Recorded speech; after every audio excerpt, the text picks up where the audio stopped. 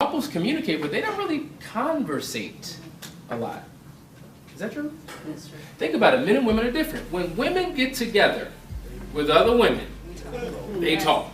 Is that right? They talk.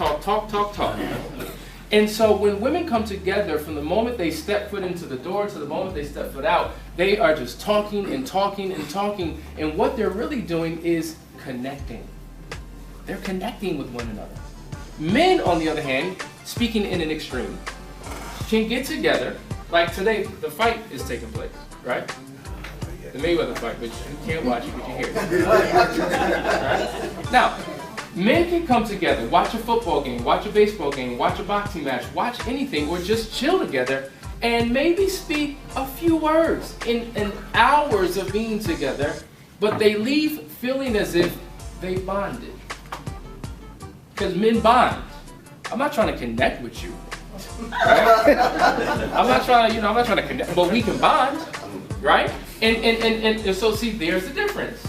The way we operate, the way that we are wired are different. So, I could be with my wife and we could be watching TV, or I could just be cool, laying up in the house and just chilling, but she wants to talk about something. So I've got to learn, right? We were talking about how your spouse is not your problem, but your shortcomings or your sin is your problem.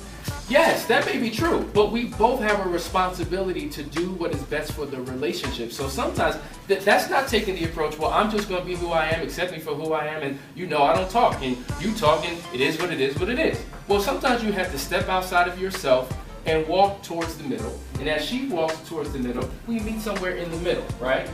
Yeah. And that's what you have to do. But if it's a 90-20, or if it's 100-0, right, and your spouse is the one doing all the work, and your spouse is the one making all the sacrifices, then she's frustrated. She may get the short-term response that she wants because she was willing to overcome, or he was willing to overcome in order to accommodate and make things work. But in the long run, nobody really benefits. So as it relates to form, dealing with family issues, so you can actually write down a list of topics and subject matters as it relates to your family that you want to discuss.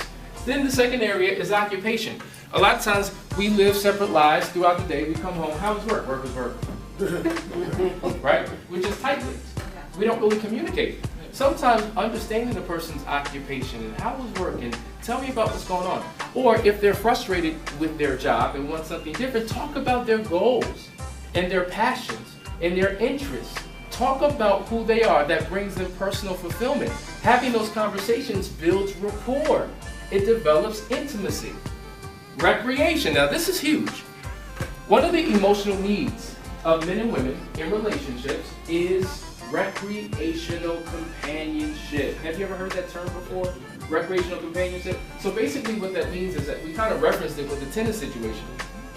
It's stepping outside of what you may like or not like and accommodating your partner by participating in those things with them. So I am a book reader. I will literally read a book a week because that's just what I do. I read books while I'm walking, while I'm driving, while I'm sleeping. I read books all the time. That's just my thing. So I would literally hang out in the library, in Barnes and Nobles, in Books and Millions, just as something that's pleasurable to do. When the Kindle came out, it was a wrap, right? So that's what I love learning. I love sitting in front of the television and watching documentaries and learning something. And so that wasn't necessarily Danielle's thing, but because it was an interest to me, she partook in that interest, and we began to do what was important to me together, recreational companionship. Likewise with her.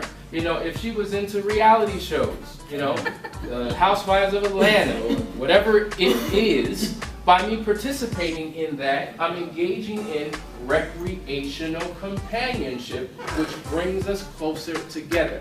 So you have what is called togetherness, and you have proximity. You can be physically proximate to one another. We're physically close, but there's no togetherness.